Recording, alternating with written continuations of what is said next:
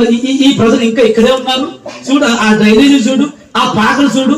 మీ దేవుడు అంత గొప్పవాడైతే మరి ఈ స్థితి మారాలి కదా, మరి మారలేదేంటి అనండి.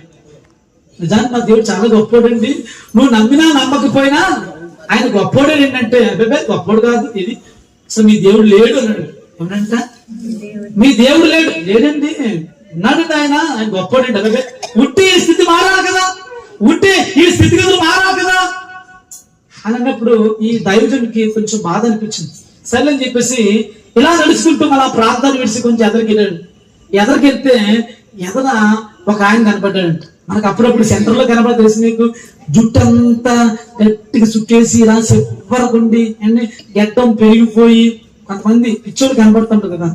నిజం మీకు మొత్తం అలా చుట్టేసి ఉంటూ ఉంటారు. వాళ్ళకి ఈ దేశంతో సంబంధం ఉండదు, ఈ మనుషులతో కూడా సంబంధం ఉండదు. వెళ్ళి భోజనం పెట్టేసాడు, సిరాకు పడతాడు. వాళ్ళకి అర్థం కాదు. ఆయన చూపించాడంట అసలు ఈ ఊర్లో మంగళం లేదంటాడంట. ఎవరంటే అసలు ఈ ఊర్లో మంగళం లేదు, మంగళం మేము లేవా, మరి మంగళం అంటే ఈడెందుకు ఎలా ఉన్నాడు, మరి మంగళం అంటే మరి ఈ గడ్డ తీరేదేంటి, మంగళం అంటే ఈ జుట్టు కత్తిరించలేదేంటి, అసలు ఈ ఊర్లో మంగళం లేదు. ఏమాట్లాడుతున్నారు బాగా లేదంటే లేదు, నేను ఉన్నాను కదండి, మరి నువ్వు ఉంటే ఆడేది ఎలా ఉన్నాడు.